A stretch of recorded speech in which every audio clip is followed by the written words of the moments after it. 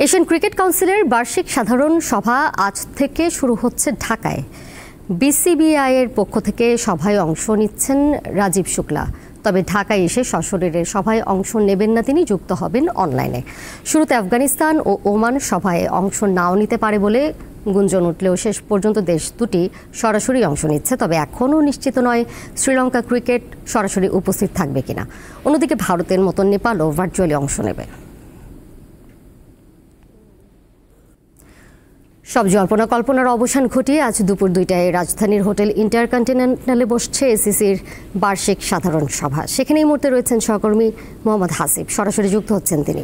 Hasib, Asian cricket কাউন্সিলের বার্ষিক সাধারণ সভা আর কিছুক্ষণ পরই তো শুরু হতে যাচ্ছে। এই সভার বিষয়ে বিস্তারিত কি তথ্য রয়েছে জানাবেন, কারা কারা এসে উপস্থিত হয়েছে?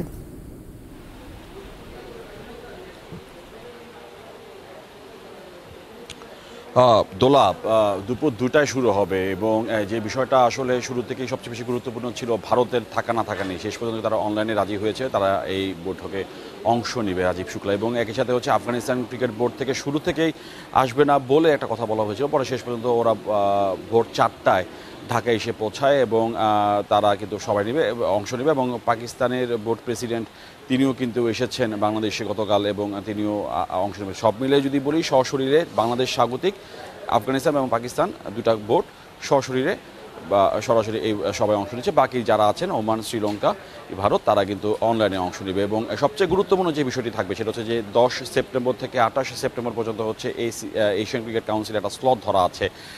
সেই স্লটের ব্যাপারটা সেটা কোথায় হবে, যেহেতু ভারত হচ্ছে এই টুর্নামেন্টের স্বত্বাধিকারী, তাতে এই টুর্নামেন্টটা কি কোন দেশে হবে বা এই সময়টাতে এটা হবে কিনা কিংবা এটা পিছাবে কিনা আগানোর একেবারে সুযোগ নাই এফটিবি অনুযায়ী, এসিসির অন্যান্য টুর্নামেন্টের হিসাব অনুযায়ী।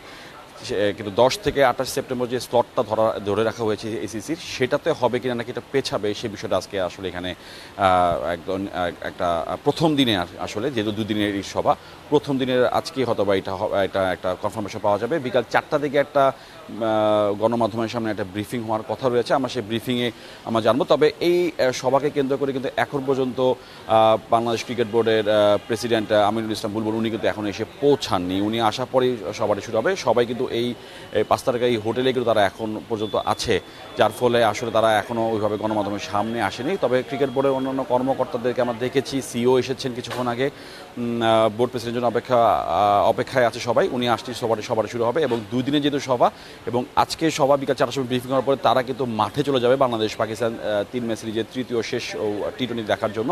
তো 4টার দিকে একটা ব্রিফিং হবে। ব্রিফিংয়ে আমরা জানতে পারবো যে পরবর্তীতে এই সভার বিশেষ করে এশিয়া কাপ নিয়ে কোনো ডেট বা স্লটে কোনো পরিবর্তন এসেছে কিনা বা কোন দেশে বা কোথায় এটা হচ্ছে। যেহেতু 2 দিনের সভা, কালকেও সভাটি হবে, তো মোটামুটি আজকে একটা আমরা পূর্ণাঙ্গ ধারণা পেয়ে যেতে পারি। এবং নিরাপত্তাটা বেশ ভালোই এইখানে রয়েছে এই সভাকে কেন্দ্র করে। দোলা, সরাসরি যুক্ত ছিলেন সহকর্মী মোহাম্মদ হাসিব।